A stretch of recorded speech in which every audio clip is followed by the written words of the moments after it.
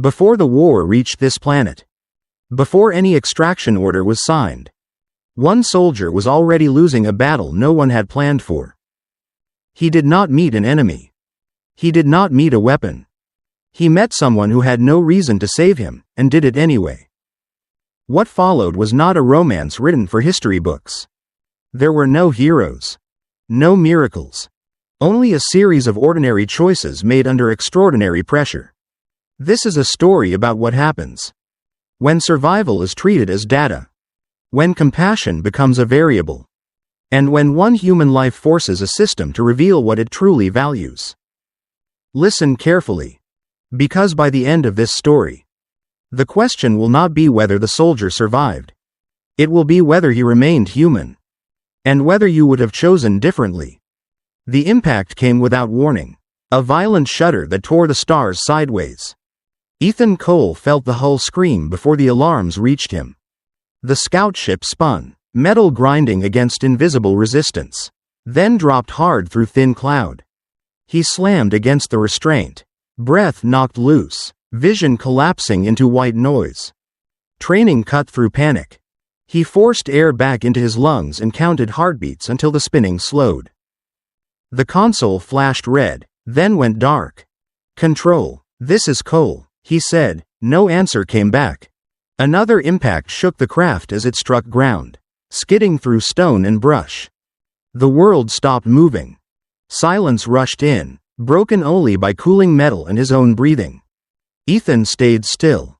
Movement meant mistakes, and mistakes killed wounded men. Pain spread across his chest in sharp waves. He pressed 2 fingers to his ribs and felt uneven resistance. "Fracture," he muttered. His voice sounded distant, thin.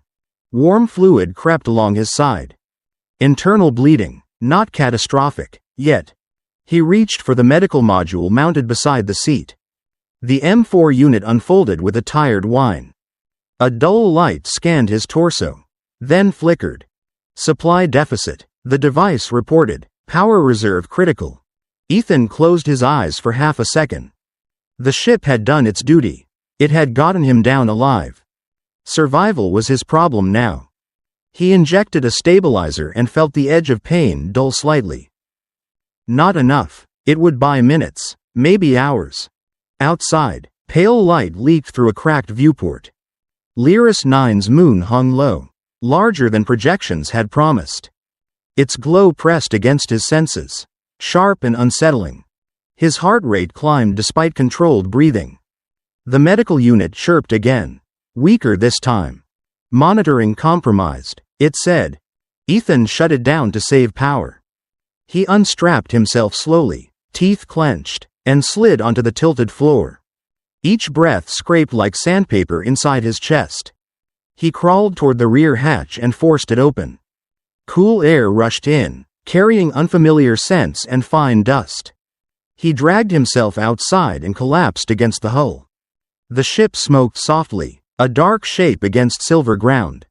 No beacon, no signal, no sky traffic. He checked his wrist display. Rescue windows were measured in days, not hours. Blood loss shortened that estimate. Ethan leaned his head back and stared at the moon. Its light seemed to pulse, subtle but persistent. His thoughts drifted, then snapped back as nausea surged. "Stay awake," he told himself.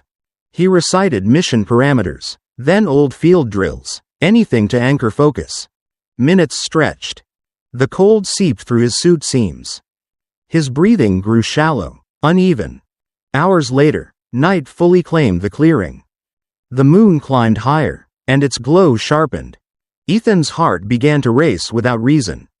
The rhythm felt wrong, like a drum out of sync. He pressed a hand to his chest, trying to steady it. "Not like this," he whispered. He had survived worse conditions on worse worlds. But this time, the tools were gone. The procedures were failing.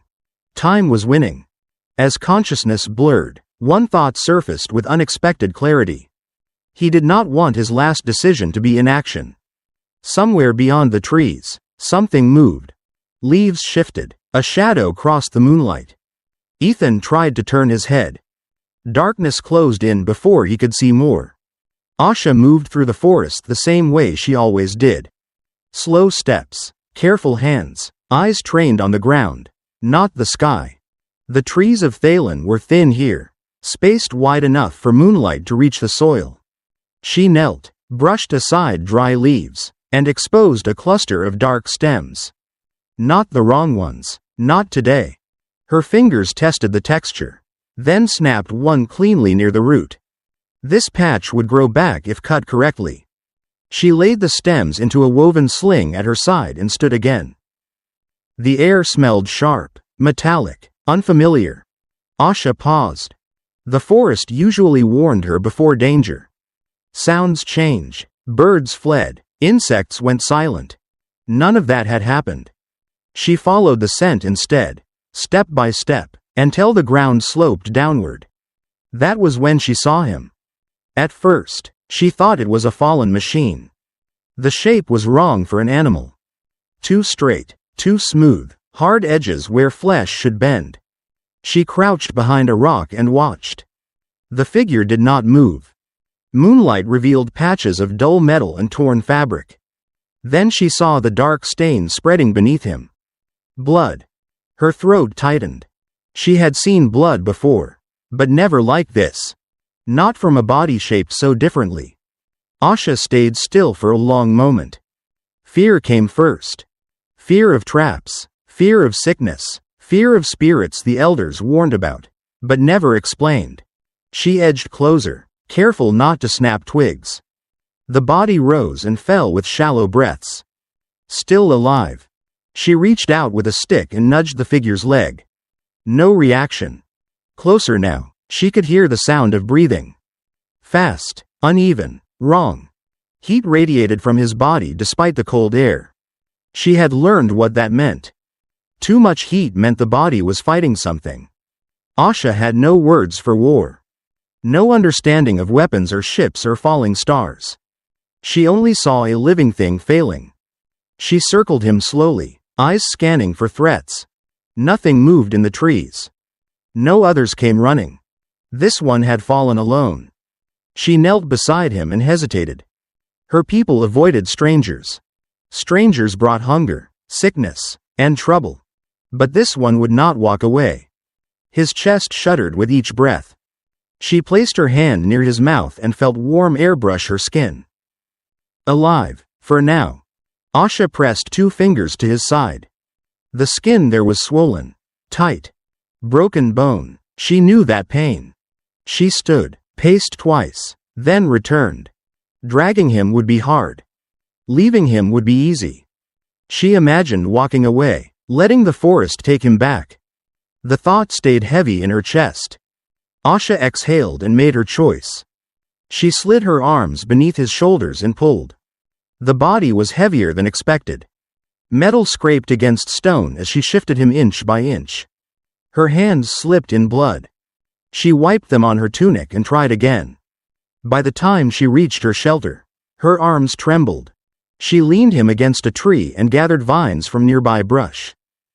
The vines were flexible but strong. She wrapped them around his torso, careful not to press too hard. When he groaned, she froze. The sound was low, almost lost. She tightened the binding just enough to keep his chest steady. Leaves came next. Broad ones, bitter-smelling. She pressed them against the bleeding and secured them with cloth torn from her own pack. The work was clumsy. Her knots were uneven. Her hands shook. This was not something she did often. Asha stepped back and studied him. The stranger's breathing slowed, then faltered again. She knelt beside him, listening. If she left now, he would die before morning. She did not need elders or stories to know that. Asha gathered more leaves and prepared for a long night. She did not think about gratitude. She did not think about reward. There was only one simple truth. If she walked away, he would not live. And she was still here. Asha worked by touch and memory, not certainty. She tore fresh leaves and crushed them between stones until sap bled out. The paste smelled sharp and bitter. She pressed it against Ethan's side, holding it there with both hands. Blood slowed, then seeped again through the fibers. She clicked her tongue and reached for the resin pouch. The tree sap was thick and dark, warmed near the fire. She spread it carefully along the torn fabric and skin. It sealed unevenly, sticky and imperfect. Ethan stirred and drew a ragged breath. Asha froze, then leaned closer. His skin burned beneath her fingers. Too hot. She pulled a shallow bowl closer and mixed water with ground bark. The bark tasted sour to her tongue. It would lower heat, sometimes. She tilted Ethan's head and let drops touch his lips. He swallowed once, then coughed weakly. That was enough for now. She wiped sweat from his forehead and waited. Minutes passed. His breathing grew faster. His chest fluttered, then stuttered. The fire crackled softly beside them. Asha felt the heat radiate from his body like a stone left in sun. She touched his wrist. The pulse jumped beneath her fingers, uneven and fast. Her jaw tightened. She had seen this before. Too much heat meant the body was losing the fight. She tore cloth and soaked it, pressing cool fabric against his neck. Ethan shivered, then went still. The shivering worried her more than the heat. His muscles twitched without warning. A small jerk ran through his arm. Then another. His jaw clenched hard enough to scrape teeth. Asha pressed her palm against his shoulder, holding him down. "Stay," she said softly, unsure if he could hear. His breathing hitched. The pulse skipped, then surged. She reached for the root bundle hanging from the beam. The elders warned about this root. Too little did nothing. Too much stopped the heart. She hesitated, then shaved a thin slice. She crushed it with water until the liquid turned cloudy. Careful now. She dipped a finger and touched the mixture to Ethan's tongue. He reacted instantly. His chest jerked. His pulse dropped beneath her fingers, sudden and terrifying. Once. Twice. Then nothing. Asha's breath caught. She pressed harder against his wrist, searching. There. A faint beat returned, slow and weak. She pulled her hand back, panic rising. The root had been too strong. She cursed under her breath and tipped his head sideways. Water splashed across his mouth and chin. She wiped away the remaining mixture with cloth and leaves. Ethan gasped, sharp and shallow. His eyes fluttered but did not open. The pulse crept back, still weak, still wrong. Asha sat back on her heels, hands shaking. She had nearly killed him. Her chest tightened with fear and anger, mostly at herself. She did not know his body. She did not know his limits.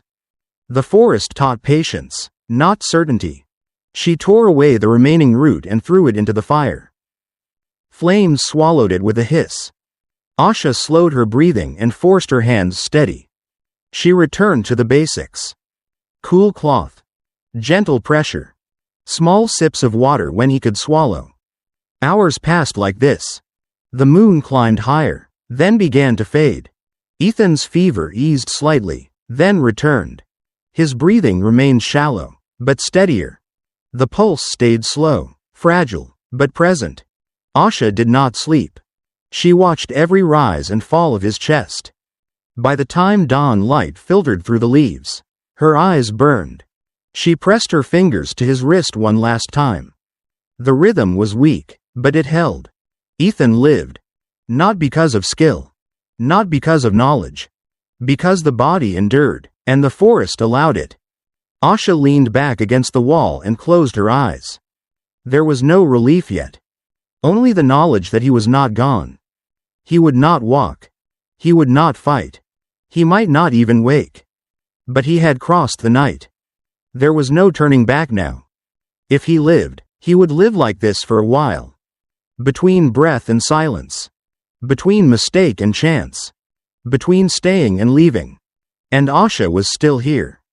He woke to pain, then to silence, and realized both were still alive.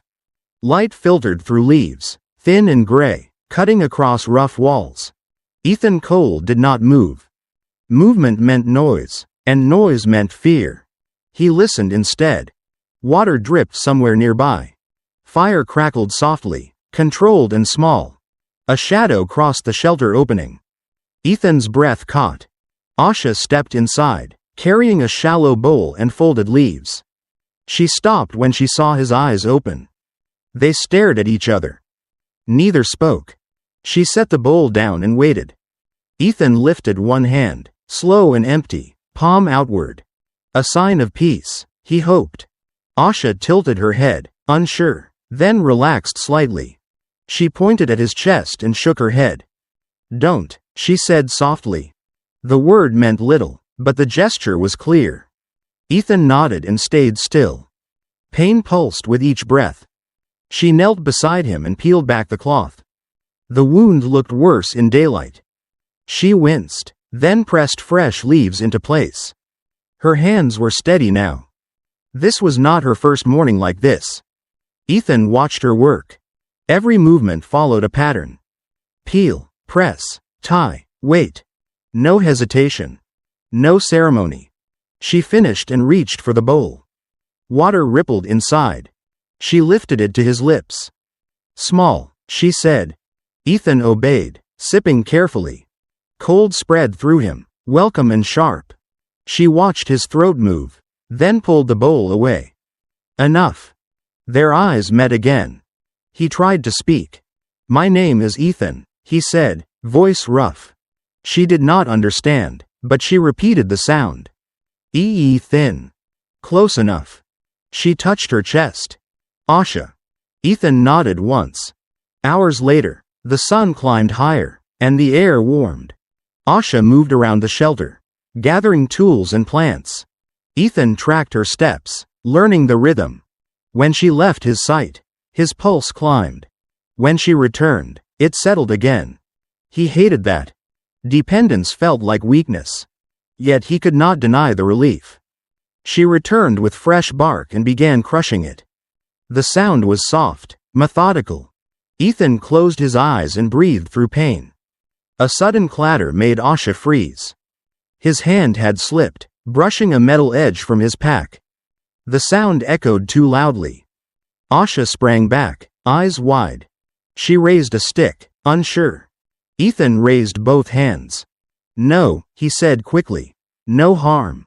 The words failed, but the tone did not. He slowly slid the pack away with his foot. The metal disappeared beneath cloth. Asha lowered the stick. Her shoulders eased. They shared a long, silent breath. She returned to her work. By the third night, patterns had formed. She changed the dressings at dawn and dusk. He learned to time his breathing with her movements. She brought water first, then food. He ate little, but enough. Pain came in waves now, predictable. He could endure that. What he could not endure was surprise. During the fourth change, she lingered. She studied his face, then his chest. She pressed 2 fingers lightly near his ribs. He hissed, then stilled. "Bad," she said. Ethan nodded. "Yes, bad." She frowned, then adjusted the binding, looser this time. The pain eased slightly. A lesson learned, together. Days passed, measured by light and shadow. Ethan began sitting up for moments. Asha allowed it, watching closely. When his balance failed, she caught him without comment. One afternoon, she left longer than usual.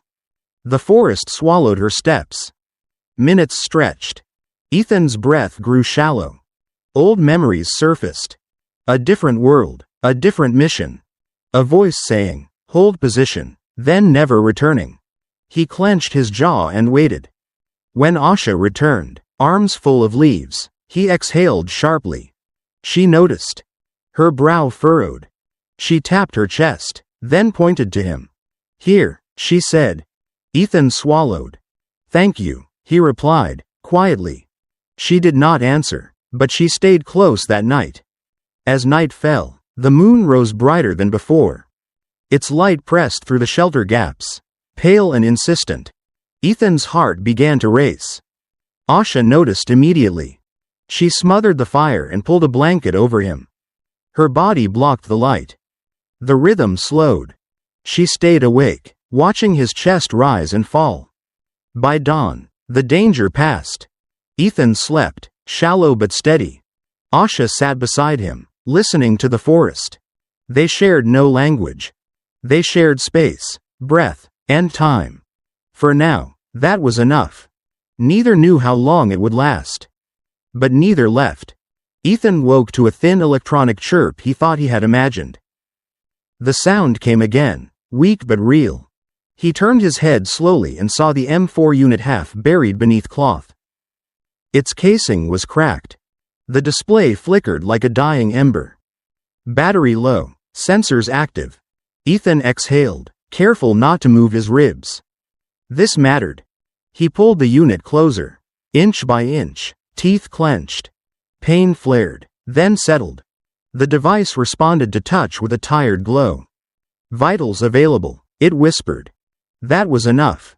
He anchored the sensor against his wrist and waited. The numbers stabilized, then jittered. His pulse skipped, then caught again. Too fast, too shallow. He glanced toward the shelter entrance.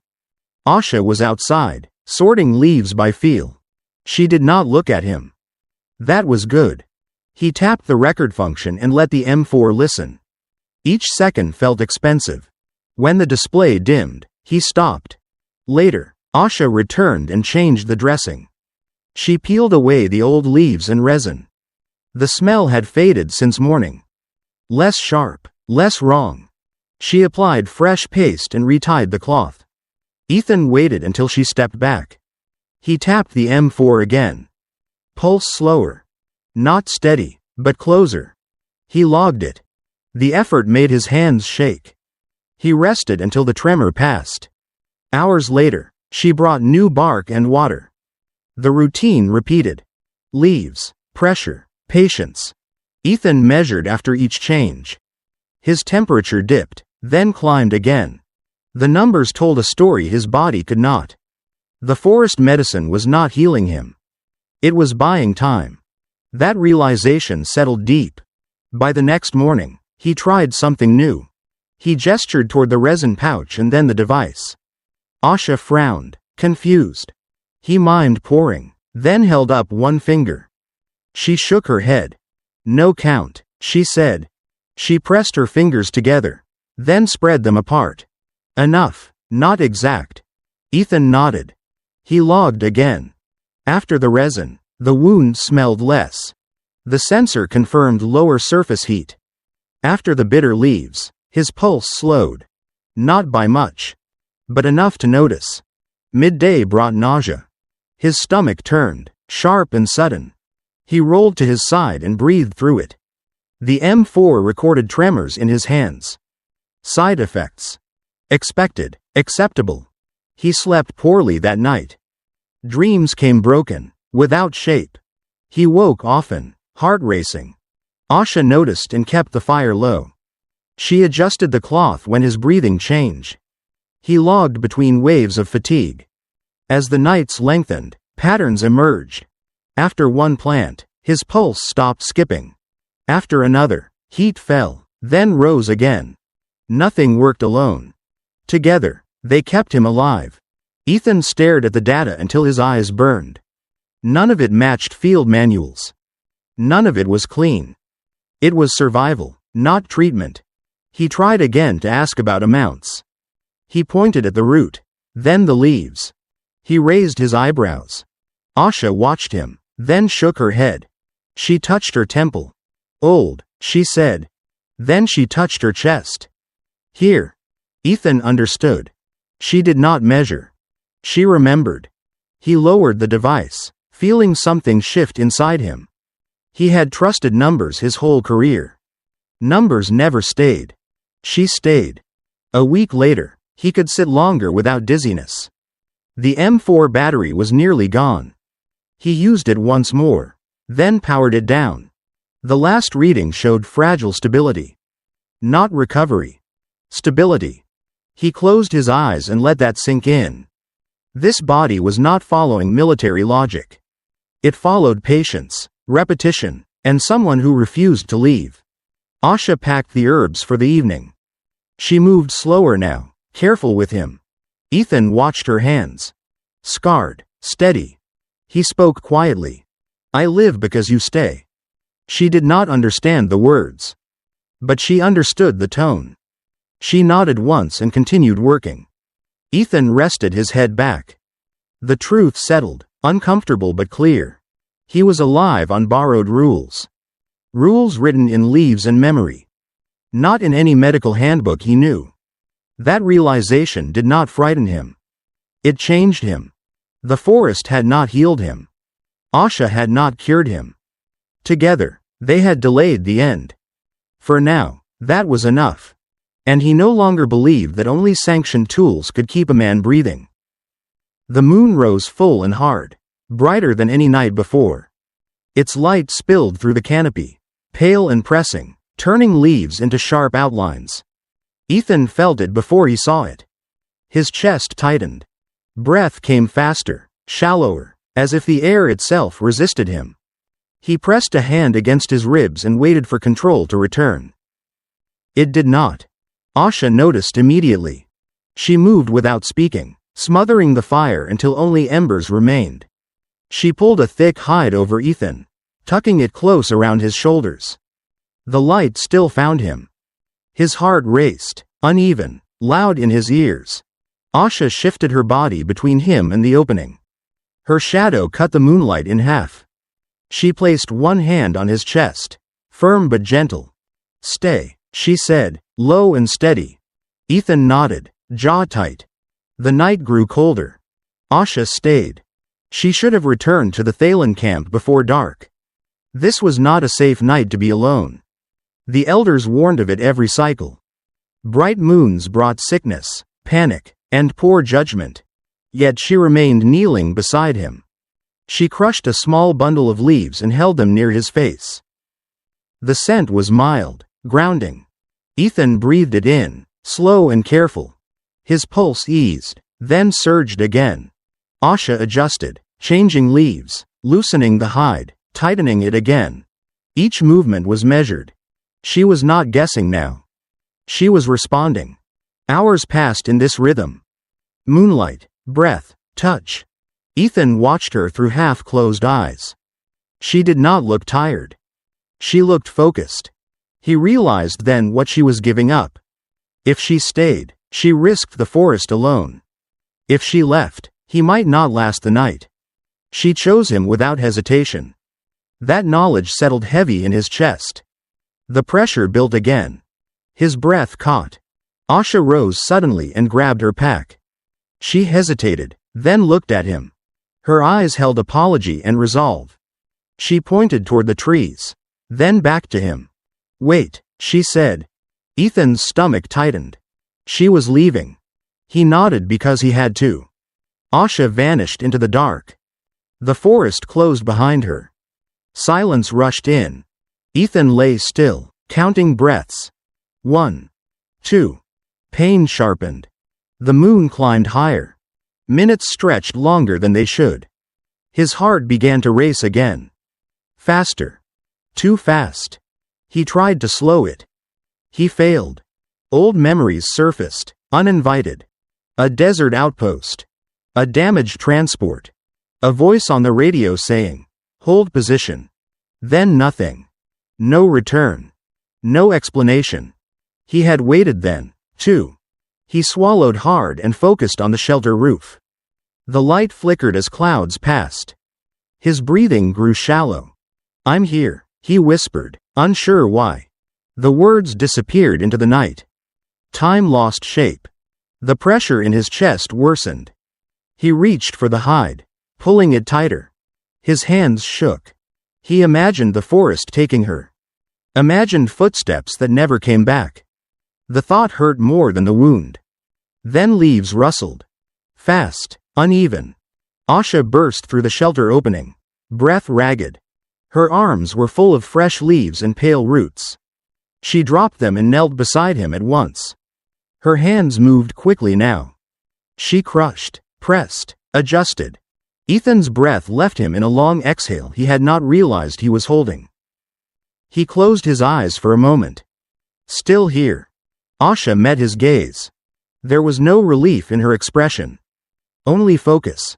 She placed the new leaves against his neck and chest. The effect was slower this time, but steadier. His pulse eased, then steadied. Not safe, but no longer spiraling. Asha remained close, watching his breathing. She did not scold. She did not explain. She stayed. Near midnight, the moon began to fade. Its grip loosened. Ethan's heart slowed enough to rest. Asha leaned back against the shelter wall, still alert. Neither slept. Just before dawn, a new sound crept into the forest. A low hum. At first, Ethan thought it was another trick of the night. Then it grew louder. Steadier. Artificial. Asha stiffened. She looked up, eyes searching the canopy. A band of white light sliced across the treetops. Clean, precise. Not the moon. Ethan's blood ran cold. He knew that sound. He had heard it from above too many times. A scout sweep. Drop ship engines. They found me, he said quietly. Asha did not understand the words. But she understood the danger. The light passed once, then circled wider. Shadows shifted across the forest floor. Asha grabbed her pack and looked at Ethan. The night that had bound them was ending. Something else was coming through the trees. And it would not ask who stayed, and who could not leave. The forest answered the light with silence. Then the ground began to vibrate. Ethan felt it through the shelter floor, a low pressure climbing his spine. Not thunder. Not wind. Engines. Asha stood at the entrance, eyes fixed on the sky. The white beam swept again, wider now, deliberate. Leaves trembled as air displaced above the canopy. Ethan pushed himself upright, pain flaring, teeth clenched. "They're here," he said, voice tight. Asha turned to him, confusion sharp on her face. She did not know the sound. But she knew danger. The first shapes emerged between the trees minutes later. Human silhouettes. Armor dull, not polished. Weapons lowered, not aimed. Visors glowing with soft data light. They moved in measured steps, scanning everything except the people. Asha backed away, instinct pulling her toward the trees. Ethan raised one hand toward her. "Slow." "Wait," he said. She hesitated, torn between him and the forest. The soldiers stopped at the edge of the clearing. One raised a device, sweeping it across the ground. A soft tone chimed. Another scanned the leaves near Ethan's shelter. The display brightened. "Confirmed," a voice said calmly. "Biological variants detected." Asha flinched at the sound. She did not understand the words, only the tone. Ethan recognized it too well. "Procedure." A medic stepped forward. "Lieutenant Cole," she said. "We've been tracking your beacon." Ethan swallowed. "I shut it down," he replied. "You did," the medic said. Residual trace was enough. More devices came online. They scanned soil, bark, air. No one asked permission. Asha's people gathered at the tree line, murmuring in fear. Children clutched elders. Some ran. Others froze. A soldier knelt near a cluster of crushed leaves. He sampled residue and nodded. "Reactive compounds," he said. "Non-synthetic, potent." The word potent carried weight. Ethan felt it land. Asha watched the exchange, heart racing. She stepped toward Ethan, hands open. One soldier shifted, blocking her path gently. "No closer," he said. His voice was not harsh. It was final. Ethan forced himself to stand straighter. "She saved my life," he said. The medic looked at Asha, then back at him. "That's why we're here," she replied. Hours later, the clearing looked smaller. Equipment dotted the ground. Scanners hummed. Samples sealed themselves. The forest felt measured now. Reduced. Asha remained near Ethan, silent, watching. She flinched whenever a device chirped. Ethan tried to explain with gestures. He pointed to himself, then to the soldiers, then to the sky. Asha shook her head. She pointed to the leaves, the shelter, The ground. This, she said. Ethan nodded, throat tight. A senior officer arrived as dusk approached. His uniform was clean, unadorned. His posture unyielding. Vice Admiral Marcus Hale surveyed the scene with calm interest. Lieutenant Cole, Hale said. You survived. Yes, sir, Ethan replied. Hale's gaze moved to Asha. So did our asset, he said. Ethan stiffened. She's not an asset, he said quietly. Hale raised an eyebrow. Everything is an asset, he replied. If it keeps people alive. Hale gestured to the scanners. This flora shows promise, he continued. Standardization could change battlefield medicine. Asha listened, lost, eyes moving between faces. Ethan stepped closer to her, protective instinct flaring. She doesn't understand, he said. Hale nodded. That can be addressed. Night fell under artificial light. Camp drones hovered, steady and silent. The Thalen forest no longer slept. Asha sat beside Ethan, knees drawn close. She whispered something in her language. He did not understand the words. But he understood the fear. Hours later, transport lights cut through the trees. Stretchers rolled in. A medic approached Ethan. We're moving you, she said. Full treatment aboard. Ethan looked at Asha. Her eyes widened. She shook her head and grabbed his sleeve. No, she said, voice breaking. He took her hand, careful, firm. I'll come back, he said. He did not know if that was true. They separated him gently. Procedure again. As they lifted him, Asha reached out.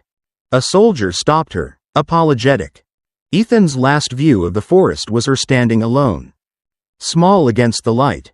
By dawn, the clearing was empty. Only marks remained. And somewhere above, engines waited. The forest had been found. And it would never be unseen again. Marcus Hale did not offer congratulations. He did not ask how Ethan survived. He studied Ethan the way one studies a damaged instrument. Ethan lay on the med cot, ribs bound, monitors whispering quietly. The ship's interior smelled clean, controlled, almost sterile. Hale folded his hands behind his back. Lieutenant Cole, he said evenly. You exceeded survival projections. Ethan met his gaze. I had help, he replied. Hale nodded once, as if noting a variable. So I've read. He stepped closer, eyes drifting to the data display. You were stabilized without sanctioned medical protocols. That's correct, Ethan said. Hale's tone remained calm. Explain. Ethan chose his words carefully. The plants slowed infection. They regulated temperature. They didn't heal me. They bought time. Hale considered this. That is precisely the point, he said. He turned, gesturing toward a floating hollow. Data bloomed in the air. Graphs, reaction curves, chemical markers. Our analysts confirm your observations. Hale continued. Non-synthetic compounds, locally sourced. Repeatable effects. Scalable with effort. Ethan shifted, pain flashing across his face. You mean harvesting, he said. I mean standardization, Hale replied. Refinement. Distribution. He looked back at Ethan. Imagine field medics with access to this. Millions of lives stabilized long enough for evacuation. One remote forest changes the math of war. Ethan clenched his jaw. And the people who live there? He asked. Hale's expression did not change. A single population cannot halt progress. Progress saves more lives than it costs. Emotion clouds that calculation. The words landed heavy. Ethan sat with them, feeling their weight. She isn't a resource, he said. She's a person. Hale inclined his head slightly. Of course she is. That does not change her function. He tapped the hollow, isolating a data cluster. Asha Thalen, he said. Untrained. Not literate by our standards. Yet she applied effective interventions through generational memory. He paused, then spoke the phrase without malice. She is a living dataset. Ethan's breath caught. That's not how you say someone's name, he replied. Hale studied him again. I did not intend offense. I intended accuracy. He lowered his voice. We do not extract her identity. We extract patterns. Ethan shook his head slowly. You separate those things too easily, he said. Hale's eyes hardened, just slightly. That is why I am here, he replied. And why you are not. Silence stretched between them. The ship hummed softly around them. Hale straightened.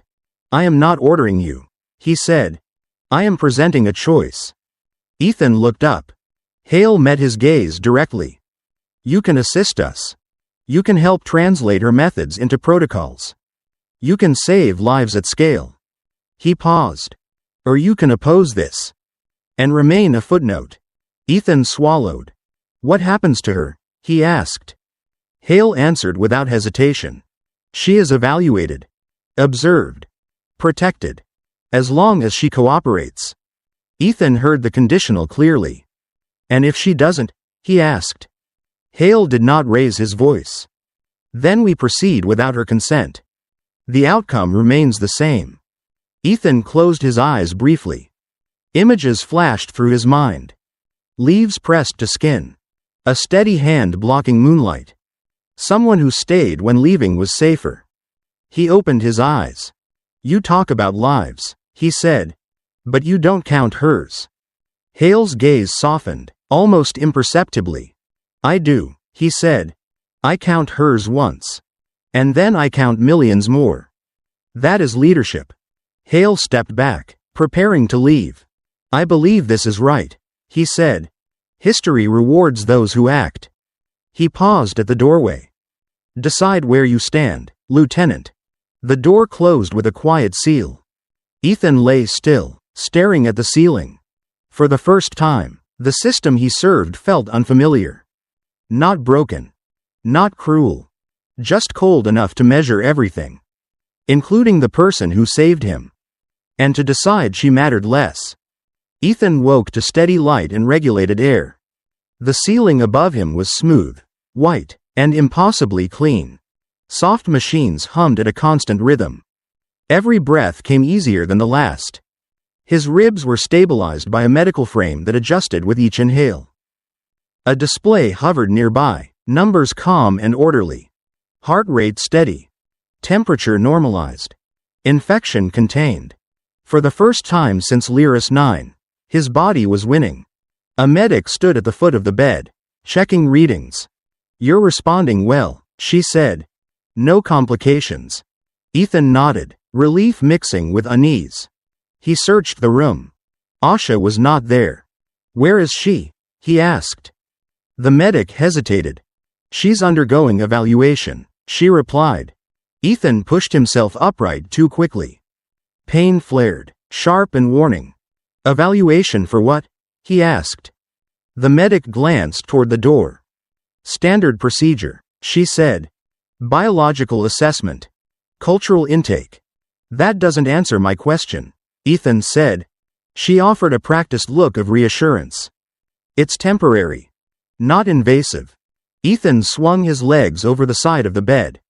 The frame adjusted automatically. I need to see her, he said. The medic tapped her wrist. Your clearance doesn't allow. I don't care, Ethan interrupted. Silence fell between them. Finally, she stepped aside. The corridor outside was quiet, efficient. Personnel moved with purpose, eyes forward. Ethan walked slowly, guided by indicators on the floor. Every step felt stronger than the last. That frightened him more than the pain had. He reached a transparent partition. Beyond it, Asha stood alone. She wore a simple garment now, unfamiliar and ill-fitting. Her hands were empty. She looked smaller under artificial light. A technician spoke to her in measured tones. Asha did not understand. She glanced around, searching. When she saw Ethan, her eyes lit briefly. She stepped forward. A barrier slid between them. Ethan pressed his palm to the glass. Asha, he said. She mirrored the gesture, palm against the partition. They stared at each other through the barrier. No words came. A voice sounded behind him. Lieutenant Cole. Ethan did not turn. You're needed elsewhere, Marcus Hale said. This is not your concern now. It is my concern, Ethan replied. Hale stepped closer, calm as ever. The process has begun, he said. It cannot be paused for sentiment.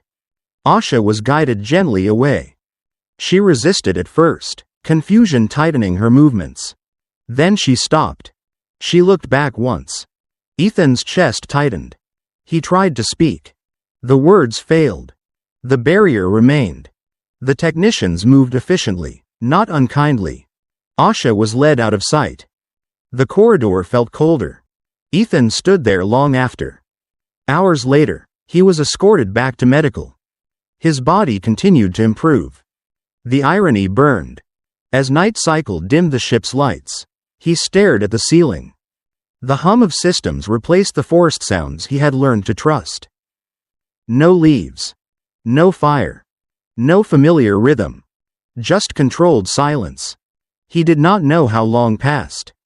Time felt irrelevant here. Then came movement outside the bay. A secure transport docked.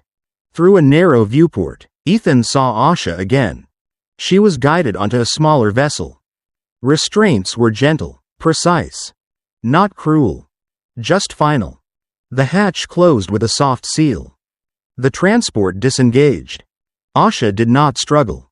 She did not cry out.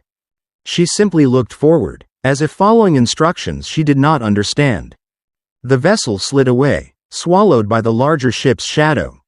Ethan remained still. No alarms sounded. No orders were shouted. Everything worked as designed. Somewhere else on the ship, research teams prepared their instruments. Data would be collected. Patterns would be recorded. Knowledge would be extracted. Asha would be studied. Ethan closed his eyes. He had survived. He had been healed.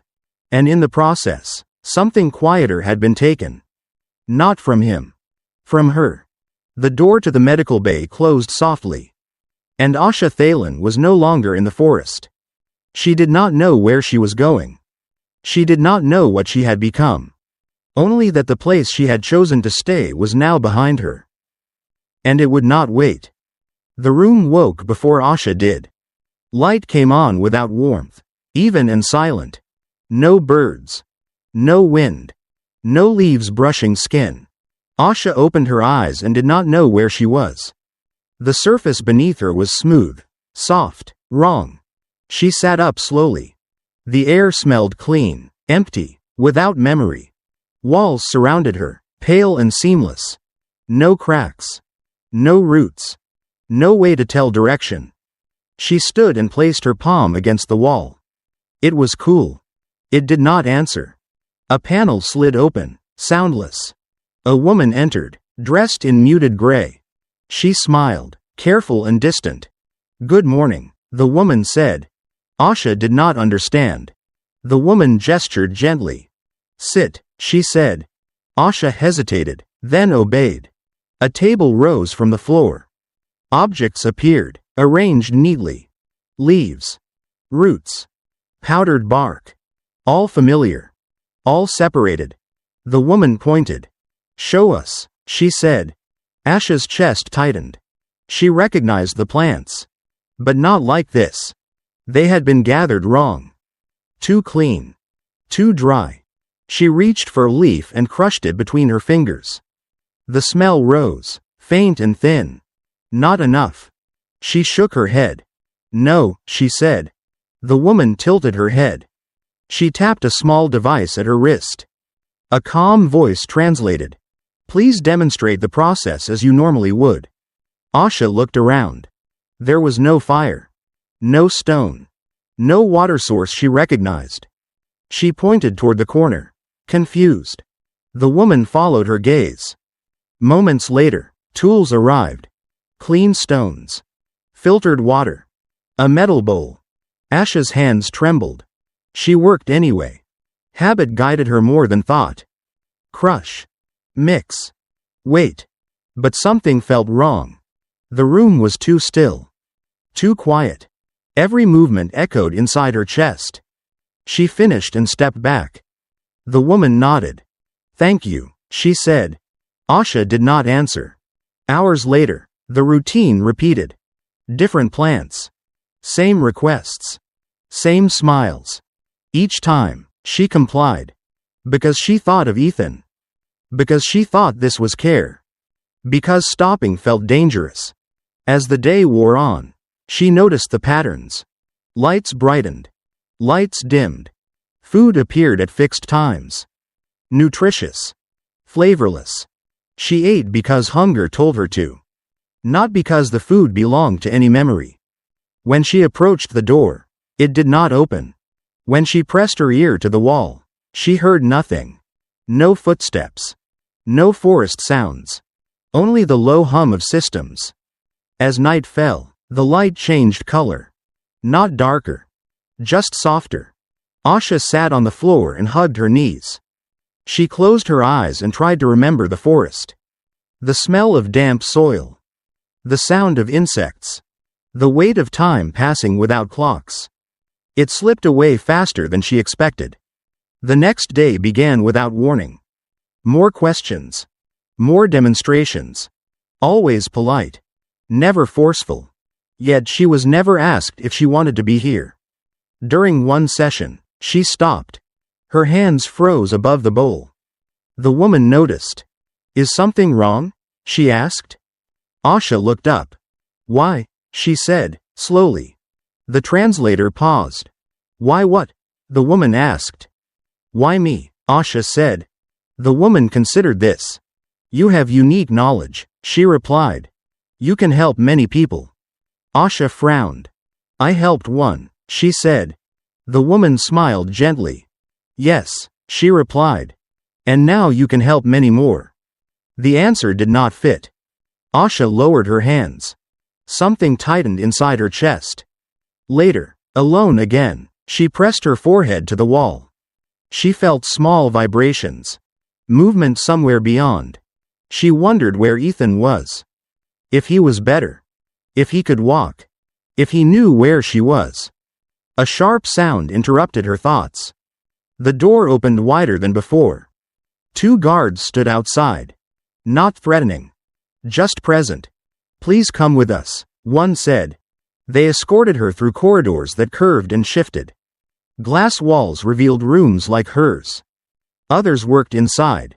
Some human. Some not. All alone. Asha's steps slowed. The guards did not rush her. They did not need to. They brought her to a larger room. Machines lined the walls. Chairs faced inward. A platform waited at the center. "Sit," a technician said. Asha sat. Straps closed gently around her wrists. Not tight. Just enough. Her breathing quickened. "Please remain calm," the technician said. "This will not hurt." Asha looked down at the restraints. She did not struggle. She remembered nights holding Ethan steady. Staying still so he would not panic. She tried to do the same now. Hours later, or maybe less, she returned to her room. The straps were gone. Her arms ached faintly. She lay on the bed and stared at the ceiling. She had done nothing wrong. She had followed every request. Yet the forest felt further away than the stars. A soft chime sounded. The door opened again. A different woman entered. "You will be relocated," she said. Asha sat up. "Where?" she asked. The translator hesitated. "To a research vessel," the woman replied. "For continued study." Asha's mouth went dry. "Can I go back?" she asked. The woman did not answer. Instead, she gestured toward the door. The corridor led to a small craft. Cold. Efficient. The hatch stood open. Inside waited more light, more silence. Asha stepped forward because there was nowhere else to step. The door closed behind her with a quiet seal. The craft lifted, smooth and final. Asha felt the motion but not the direction. She did not know she had crossed a line. She did not know her knowledge now had value beyond her will. She only knew the forest was gone. And whatever came next would not ask her to choose. The cursor blinked at him like a patient machine. Ethan Cole sat alone before the report interface. White text. Black background. No room for color. No space for memory. The header read Mission Medical Summary. Below it, empty fields waited. Name. Status. Environmental factors. Ethan rested his hands on the console and did not type. The room hummed softly.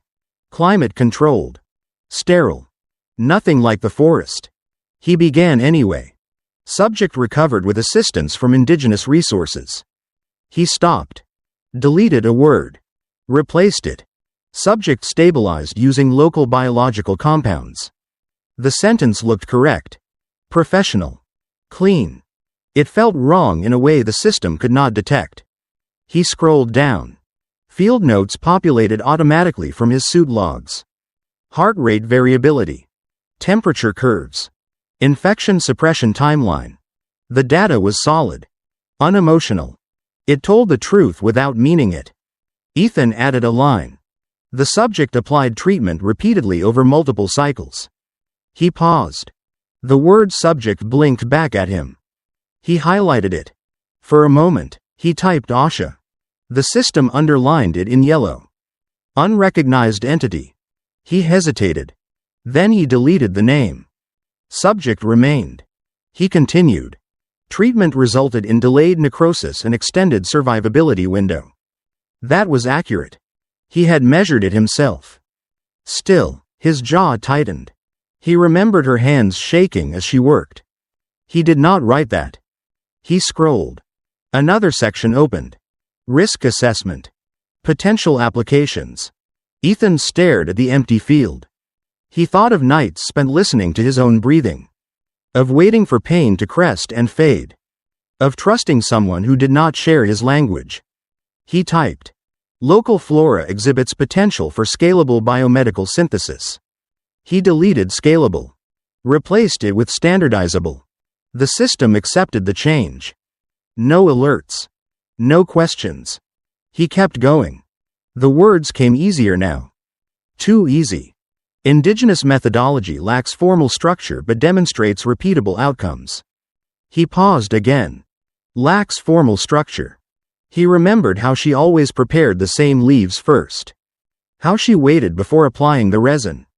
How she watched his eyes for signs of panic. Formal enough to keep him alive. He erased the sentence. Typed a new one. Methodology is experience-based and optimized through generational iteration. That sounded respectful. Neutral. Safe. He leaned back. His reflection stared at him from the dark screen edge. Tired. Older. He realized something then. No one had told him to write this way. No order had been issued. No threat implied. This was simply how reports were written. And he was writing them well. A soft chime indicated a saved draft. The system suggested next steps.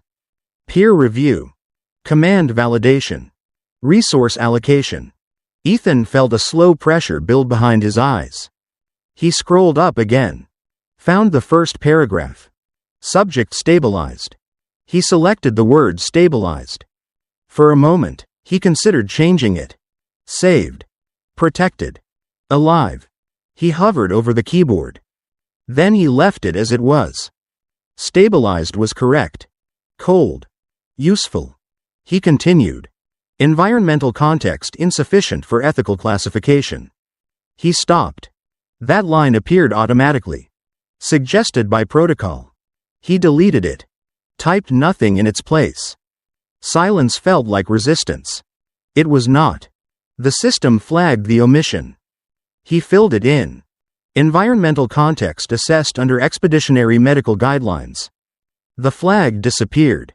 Ethan exhaled slowly. Images surfaced without warning. Moonlight through branches. The smell of crushed leaves. The weight of her staying when she should have left. He minimized the report window. Pulled up a personal log.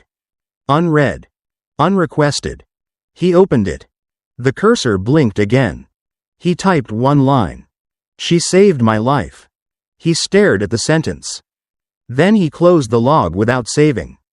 The report window returned. Waiting. He finished the final section. Recommendations. Immediate extraction of samples. Controlled observation of knowledge source. Knowledge source. He did not correct it. He could have. He did not. As hours passed, the language became smoother. Each sentence fit better than the last. The report began to read like doctrine. Efficient. Convincing. Necessary. When he reached the end, a prompt appeared. Submit report to command. He hesitated. His hand hovered. He imagined not submitting it. Imagined standing up. Walking out. Saying something. Anything. The image faded. He pressed submit. The system accepted the file. Transmission confirmed. A progress bar filled. Then vanished. Procedure continued. Ethan sat back in his chair. Nothing dramatic happened. No alarms. No voices. Just the hum of the ship and the quiet certainty of momentum. He realized then that this was how it worked. Not with force. Not with threats. But with language. With structure. With reasonable steps taken one after another. He stood and walked to the viewport. Stars drifted past, distant and indifferent. Somewhere below, a forest waited. Was already being mapped. He did not know. He only knew he had helped make it happen. And no one had stopped him. Not even himself. Marcus Hale did not stand when Ethan entered the room. He did not offer a handshake. He did not look surprised. He looked prepared. The briefing chamber was small, sealed, and quiet. A single table. 2 chairs. No flags. No screens active. Just light panels and recycled air. Ethan sat across from him. For a moment, neither spoke. Hale broke the silence first. "You've recovered well," he said. It was not a compliment. It was a data point. "I did," Ethan replied. His voice was steady. Hale nodded once, as if confirming an internal model. They sat again in silence. Ethan noticed how carefully the room was designed. No distractions. No emotional cues. Nothing to escalate tone. This was not an interrogation. It was a calculation. Hale folded his hands. "Your report was thorough," he said. "Accurate," Ethan answered. "Then we agree on the facts." Hale's voice carried no edge. Just certainty. He activated the table display. Numbers appeared. Casualty projections. Infection curves. Logistics timelines. All conflicts on frontier worlds share one weakness, Hale said. Delayed treatment. He gestured to the data. Your survival window extended by local compounds. Yes, Ethan said. And if standardized, Hale continued, those compounds reduce battlefield mortality by 12%. Ethan leaned forward. That forest is not a supply depot. Hale met his gaze. No, he said, it's an opportunity. He tapped the display again. New figures replaced the old. 12% is conservative, Hale said. With controlled extraction and refinement, it becomes higher. How high? Ethan asked. Hale did not hesitate. High enough to change outcomes. Ethan felt a familiar tightness in his chest. You're talking about people, he said. So am I, Hale replied. Millions of them. Ethan shook his head slowly. You never saw her hands, he said. Hale waited. They shook every time, Ethan continued. She wasn't trained, she wasn't certain. She stayed anyway. Hale listened without interruption. She didn't calculate benefit, Ethan said. She reacted to a body that was dying in front of her. Hale nodded once. That is precisely the problem. Ethan frowned. Explain. Emotion is situational, Hale said. It responds to what is visible, immediate. He leaned forward slightly. War is neither. Hale swiped the display away. I don't dispute her actions, he said. I classify them. Ethan felt heat rise behind his eyes. You classified her as a dataset. Hale did not deny it. She is one, he said. A rare one. Ethan stood abruptly. Then forced himself to sit again. She is not raw material. Hale's expression did not change. She is knowledge embodied, he said. That does not diminish her humanity. It reduces it, Ethan said. Hale exhaled slowly. You confuse reduction with prioritization. He leaned back. Every system does this, he said. Medicine, law, command. Then the system is broken, Ethan said. Hale's eyes sharpened. Broken systems don't win wars. Ethan looked down at the table. Then back up. She didn't consent, he said. She doesn't understand what you're doing. Hale's voice remained calm. Understanding is not required for contribution. Ethan's hands clenched. That's your line? He asked. It's reality, Hale replied. Then he said it. Quietly. Without emphasis. I don't hate her. Ethan froze. I just cannot allow emotion to decide a war. The words hung in the air. Not heavy. Not loud. Final. Ethan realized then that this was not cruelty. It was alignment. Hale believed this. Not as an excuse. As a principle. Ethan spoke again, more softly. You're right, he said. Hale tilted his head slightly. About what? Your logic is complete, Ethan said. It accounts for everything that fits. Hale waited. It just excludes what matters. Ethan finished. Hale did not respond immediately. When he did, his voice was almost gentle. What matters depends on scale. He stood. The meeting was ending. This decision was never yours to make alone, Hale said. It never is. A soft tone sounded. Decision confirmation appeared on the wall display. Operation Pale Silence. Phase expansion approved. No applause. No dissent. Just a single line of authorization. Hale looked at Ethan one last time. You did your duty, he said. Ethan did not answer. The lights dimmed slightly as the system logged the outcome.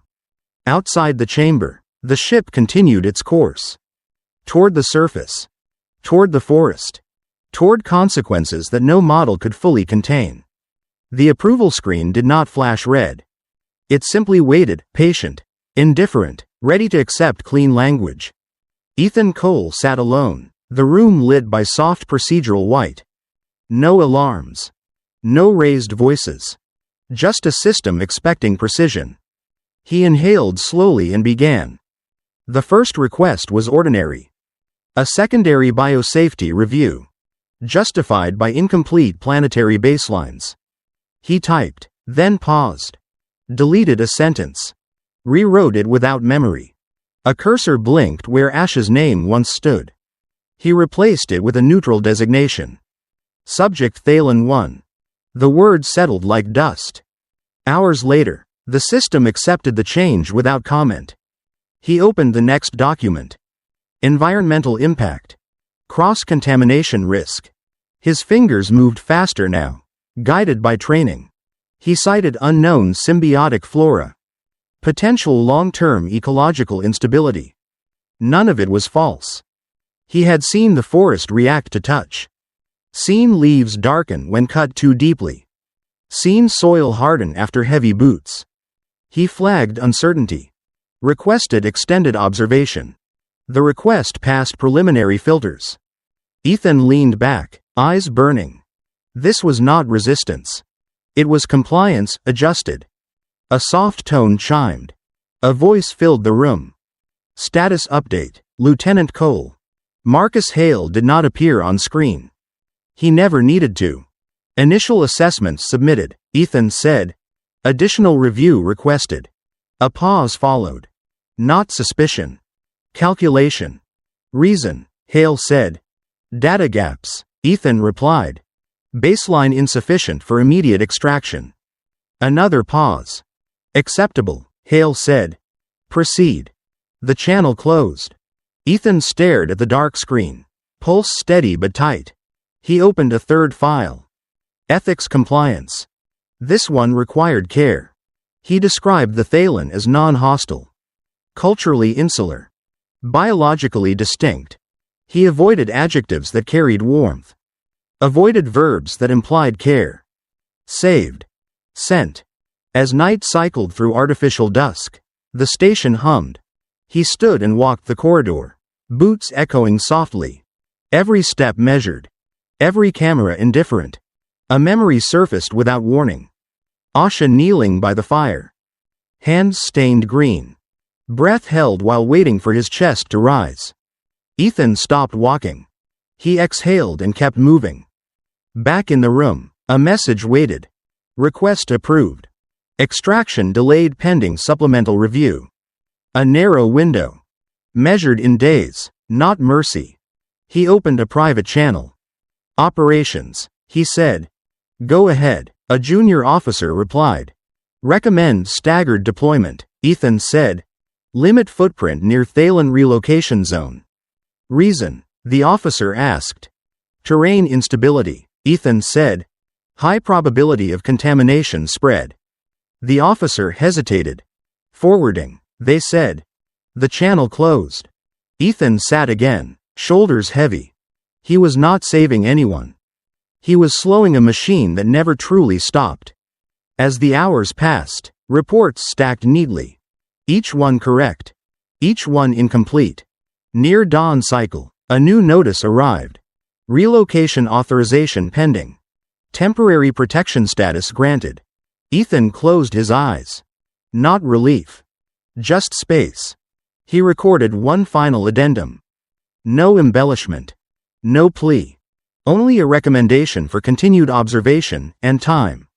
When he sent it, the system acknowledged receipt. That was all.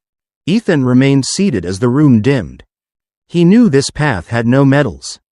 No absolution.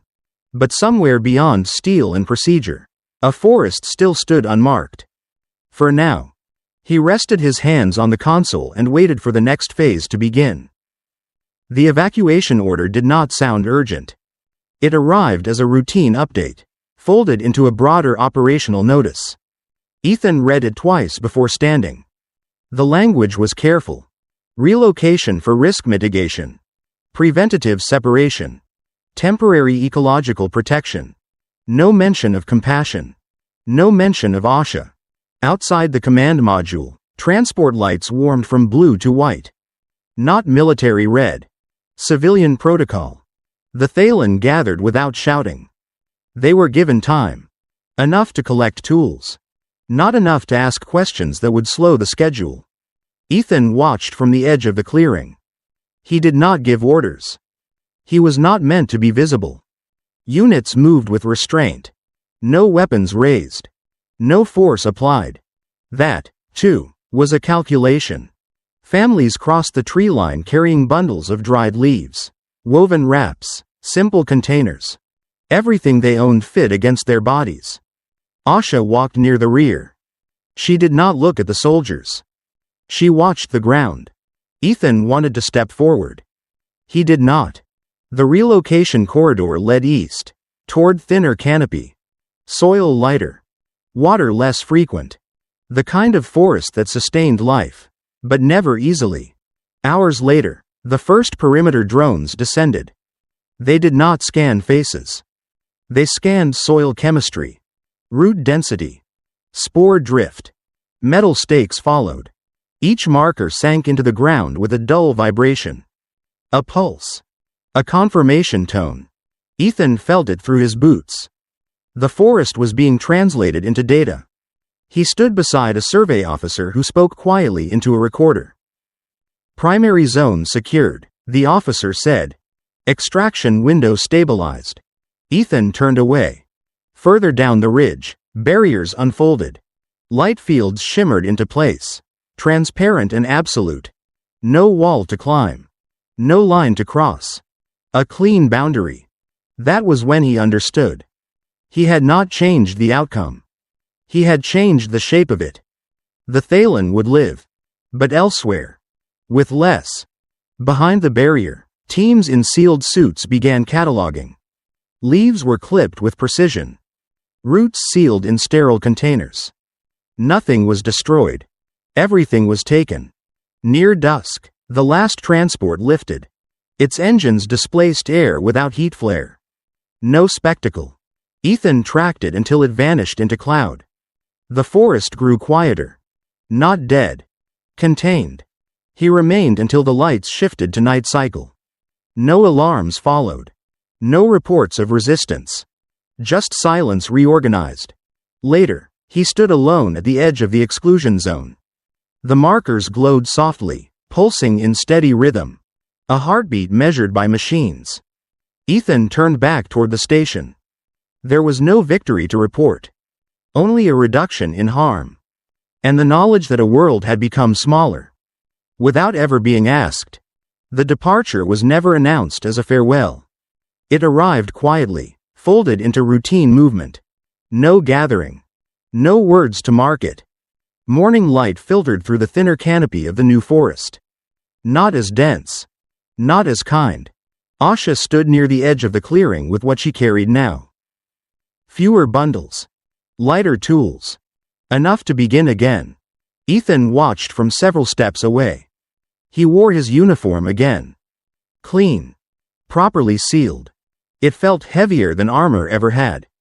They did not know how to speak this moment. They never truly had. Asha placed a woven strap across her shoulder. Checked the knot once. Then again. Ethan mirrored the habit without thinking. Adjusting his collar. Then stopping. He held out a small container. Inside were dried leaves. Pressed flat. Carefully wrapped. Asha looked at it. Then at him. She did not ask what it was. She understood it was something kept. She took it with both hands. Her fingers brushed his glove. Neither reacted. Behind Ethan, a transport engine began its low warm cycle. Not loud. Not impatient. Time, measured and waiting. Asha turned toward the forest path. Paused. She pointed once, deeper into the trees. Then back toward Ethan. He nodded. It was not a promise. Just an acknowledgement of direction. They walked a short distance together. Not side by side. Not apart. At the edge of the marked zone. They stopped. Asha stepped forward first. The ground changed there. Softer. Less familiar. She did not look back immediately. When she did, Ethan was still standing where she left him. She raised her hand slightly. Not a wave. A signal of presence. Ethan lifted his own in return. Then lowered it. As she disappeared between the trees, something settled in his chest. Not loss. Recognition. He turned away before the forest fully swallowed her. Back at the landing pad, preparations moved without urgency. No alarms. No rush. Ethan secured his gear. Listened to instructions. Responded when required. Inside, another thought formed, clear and unavoidable. If he stayed, he would not save this world. The machine was larger than him. If he left, he would not save her either. Protection was temporary by design. The realization did not break him. It reshaped him. He understood now what Marcus Hale had never needed to. That choice was not about outcomes alone. It was about how one stood inside them. The ramp lifted. The forest fell away beneath the ship's shadow. Through the viewport, Ethan saw the new tree line spread outward. Imperfect. Alive. Somewhere within it, a woman walked with knowledge older than data. Knowledge that survived by adapting, not conquering. The ship climbed. Lyris 9 curved gently beneath him. No signal was exchanged. No channel left open. Weeks later, in another system, Ethan would file reports. Train recruits. Argue margins instead of absolutes. He would carry fewer certainties. And when he paused, alone, he would sometimes feel it. Not longing. Not regret. Just the steady awareness of a life once held together by fragile means. A heartbeat that continued. Ordinary, unrecorded, and real. Meaning pulse. Love does not rewrite history. But it changes how a person stands when history presses close. Somewhere in the quiet of deep space, systems will continue to optimize.